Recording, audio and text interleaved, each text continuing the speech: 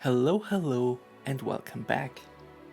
I haven't done this in a long time, but since I'm now actively playing again, and I haven't really seen any guides for this new dungeon, let me quickly show you that you don't have to be afraid of this new dungeon with my Dokkaebi Realm guide.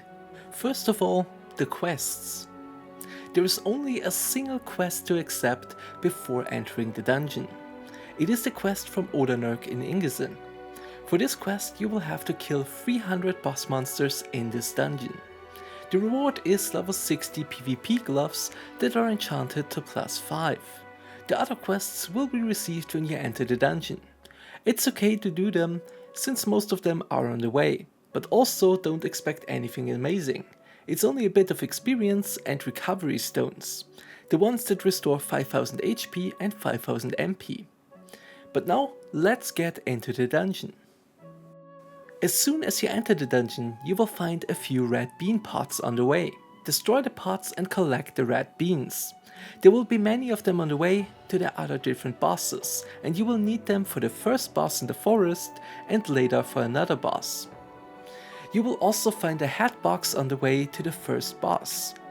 Now be careful, even if you loot the box and pick up the hat, it will land in the inventory of one random person in the group. So everyone has to check their inventory and see if they have the hat. Make sure that the person that has the hat also picks up a red bean. We will need it immediately for the first boss.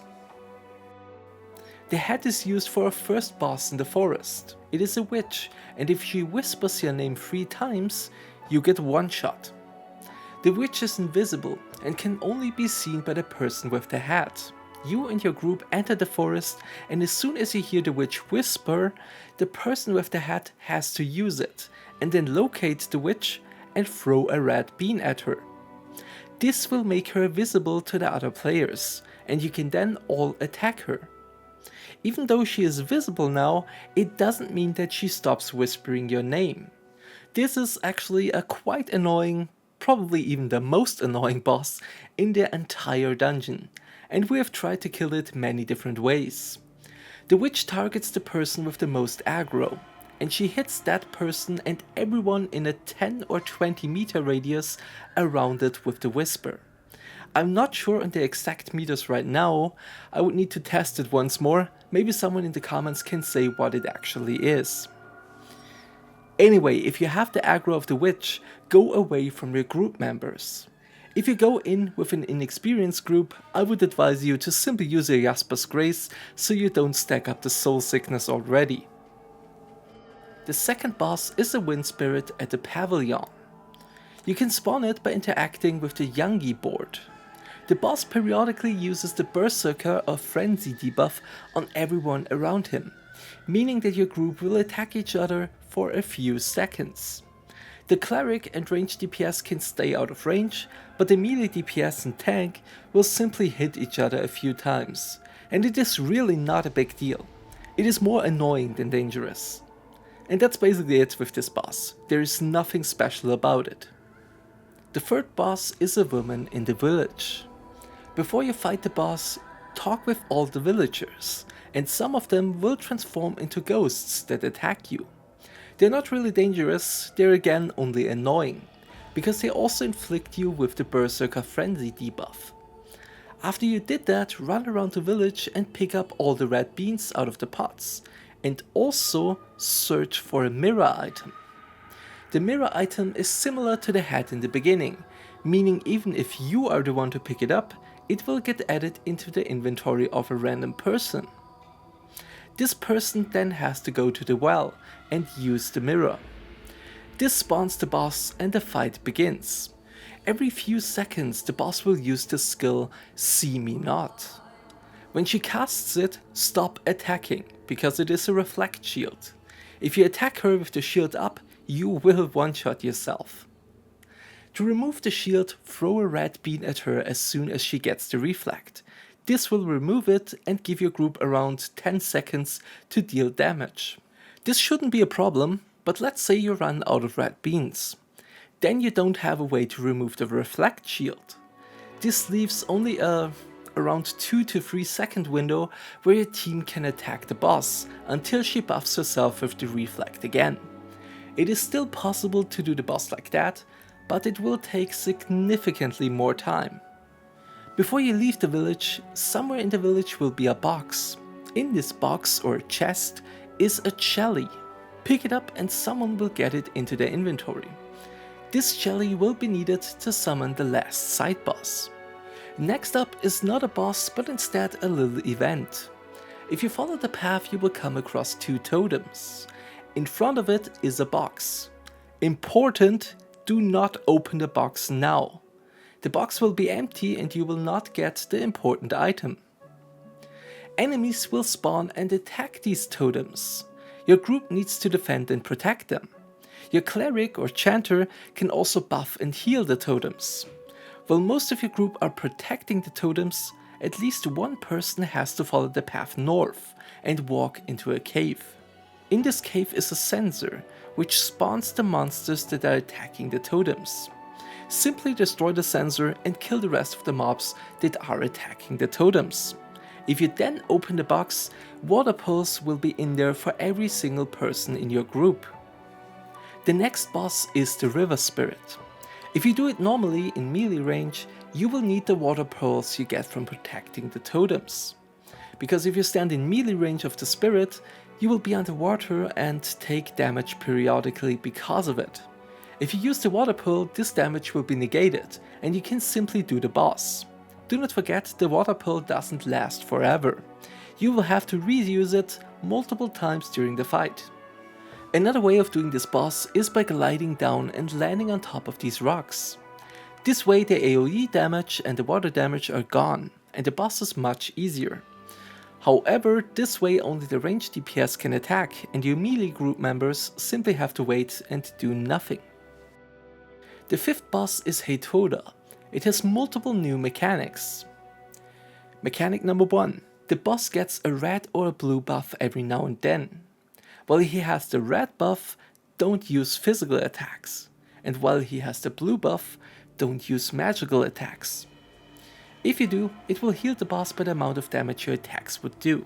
Meaning if you use a skill that would deal 10,000 damage, you instead heal the boss by 10,000 HP. Mechanic number 2. Shadow ghosts will spawn all around the boss. If they reach the puddle in the middle, all group members will receive a 10-minute debuff that reduces the healing everyone receives. To prevent the ghost from reaching the puddle, you simply have to stand between the puddle and the ghost. Once it gets close to you, it will run away from you, back to the outer edge. And then it will try to get close to the puddle again. Every group member has to take one ghost and prevent it from entering the puddle. Don't run around randomly or chase them to the edge, just stay, attack the boss, and only when they approach, stand between them and the puddle. Mechanic number 3. At 50% the boss will cast Inferno. When you see the boss cast it, everyone has to move under the boss, and as soon as you finish casting it, run out. At the location of where everyone stood the moment he finished casting the spell, will a big AoE hit everything 2 seconds afterwards. In my opinion, it works best if you simply run into the direction your shadow ghost is at. This way it won't matter that much if someone moves out a bit faster or slower than the rest. For clerics it can sometimes be a bit tricky to find the right timing, because they are more stationary than other classes. In that case, you can also let the cleric simply stay where he always stands. This way the cleric will only receive the 6,000 to 7,000 damage from his own meteor, and that is okay, he won't die from that. Just make sure that nobody from the rest of the group runs into their direction, because getting hit by 2 or even 3 meteors will kill your cleric. And that is the entire boss fight. The last side boss is a roof tile. To summon him you will need a jelly. You can find it in the village where the Reflect Well Lady is. Somewhere around there is a box that has it. This last side boss is a simple tank and spank fight. He does some AoE spells, but they don't hit hard and it shouldn't be any problem at all. And now to the last boss. If you killed at least I think 4 side bosses, you can choose to fight the enraged version of the boss. Honestly, you should always fight this hard version of the boss anyway. The last boss will be bugged. Everyone does it as it seems impossible to do the fight normally, because of the immense amount of blood damage. For the bug, your entire group simply stands in the corner and have one person spawn the boss. This person shall not attack the boss, only lure him closer to the rest of the group. When the boss is close enough, the group can start attacking the boss with ranged attacks from where they stand. As one of your group members has the aggro, the person that spawned the boss can also join the rest of the group at that spot. It's gonna take quite a while, but this way the boss does basically nothing and you will kill it. Good luck with the loot. Let's talk quickly about the loot in the Dokkaebi Realm. First of all, don't expect too much, since the entire dungeon has an insanely low drop rate. Many people I talked to were already in there 10 or 15 times and I haven't seen a single red drop at all. I myself also did the dungeon like 6 or 7 times and I also haven't seen a single red drop. That paired with the fact that the dungeon does take a good hour to complete shows that it is really time consuming and feels a bit like a waste of time. Luckily, people want to run the dungeon because of the free PvP gloves that you receive after killing 300 boss monsters in this dungeon.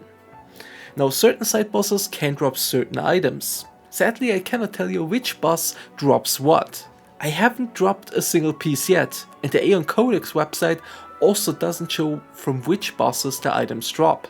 Nonetheless, if you are curious about the stats of the items, you can simply look it up yourself and take a look at everything that has Aeon in their name. The unique effect of this gear is that it has bleed resistance. For example, the breastplate has 275 bleed resist. That would be great to have if you would want to do the last boss without bugging him. But since this is less effort and you won't see many drops of these items with bleed resist anyway, there is no point in doing the last boss normally. Other than that, the armor has the usual PvE defense, like the armor in Wall of Lament has, and fairly strong base stats. There's also the chance to drop golden extendable weapons. They are called Burning Subterranean and then Dagger or Greatsword or whatever. As always, the extendable weapons are very popular, but you will lose some damage if you use them, since they are only golden weapons. And lastly, during the dungeon, bosses and monsters will drop a few bamboo pieces and similar things. If you collect a pretty sizable amount of them, you can then combine them and receive a few different skins. These skins are either very liked by a few, or very disliked by many others. I don't necessarily mind them, but what I do dislike is that the collectible bamboo pieces you need will be stored in your inventory and not your quest inventory. That means again, 1 to 4 spaces less in your inventory if you want to collect these. And that's pretty much all there is to this dungeon. Hopefully it helped some of you. See you next time. Bye.